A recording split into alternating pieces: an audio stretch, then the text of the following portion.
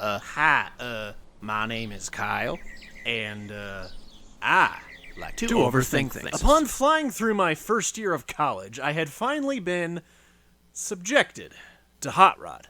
As a viewer who didn't grow up with this movie, I had fresh eyes to observe it with, and because of that, I have officially solved the movie. You see, this is not merely an absurdist comedy about an amateur stuntman who fails in making his stepfather proud. Instead, Hot Rod is a prophetic, to-the-core metaphor for the millennial generation. No, and I'm going to prove it. Once again, we are Über-Analyzing with Kyle Kringle, why Hot Rod is the perfect millennial metaphor. If you still think I'm jumping to conclusions, consider the fact that this film is about jumping to the conclusion. Furthermore, there is sufficient evidence pointing to Rod Kimball being the quintessential millennial man. First, given the age of Denise, a college graduate who recently returned to the neighborhood, this would likely make her around 22 years old. And for the sake of simplicity, I'm just going to assume that Rod is the same age. In 2006, when the film was being movied, Rod, being 22, means he was born in roughly 1984. Perfectly within the boundaries of what defines a real millennial. He is also defined as a millennial because of the fact that he is a loser. For example, Rod still lives with his parents. You're a kid. You live at home. You got no job. He boasts about ability that simply isn't there, and out of all of his friends, only one is employed. Well, I'll do it. So already he's the perfect specimen. And let's not forget the moment when he's marching peacefully when for no reason a riot breaks out.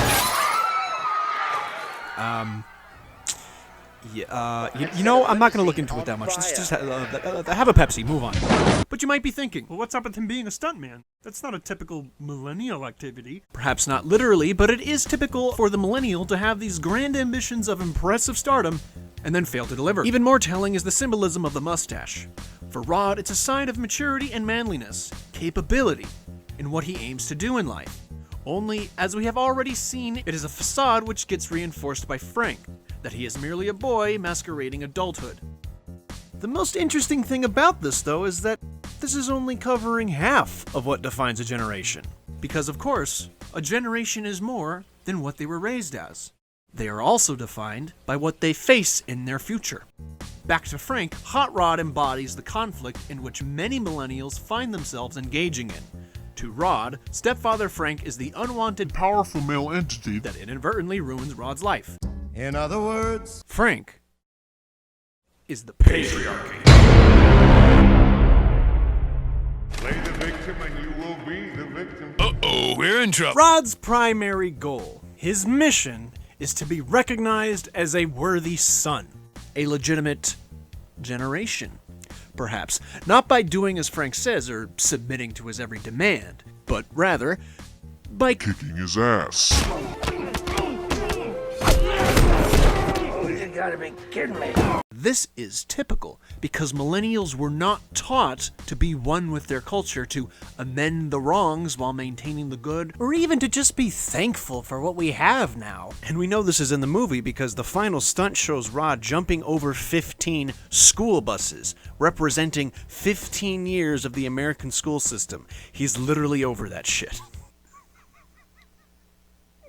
Don't go to college. Instead, we were taught that our worth is defined by how much we change the world. If you want to change the world,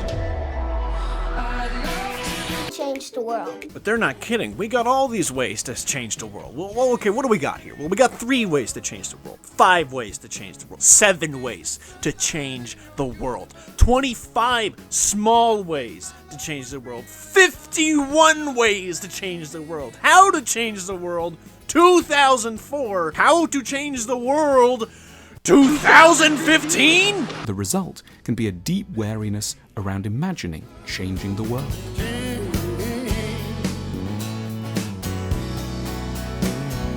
There's no point. Unfortunately, if you really think about it, the only way to change something is to destroy something, for better and for worse, till death do us part. So, it's only fitting that the driving force of the story is Rod using his time and energy to raise money for Frank's heart replacement. This way, Rod's plan to destroy his fake dad with facts and logic in order to change his own world is still intact.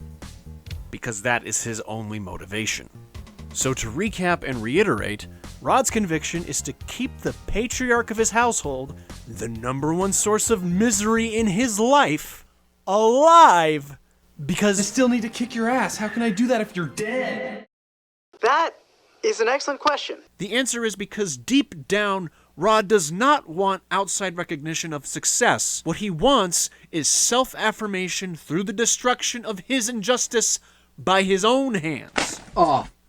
By his own hands. He doesn't want the dragon to die, the conflict resolved and everything's fine. He wants the dragon alive long enough so that he can be the one to slay it. It's this prolonging of, not the inevitable, but the impermanent, that truly marks Rod? as a clear-cut representative of the millennial generation. For he is not content to simply let the issue be resolved.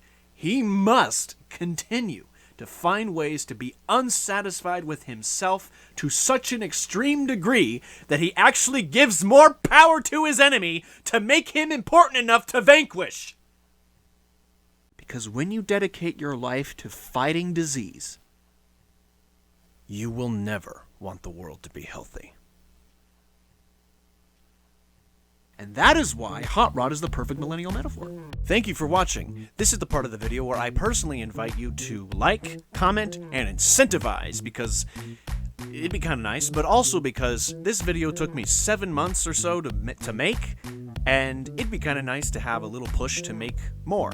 And who knows, maybe now it'll be faster because it'll be topics that I actually care about. Complain about it.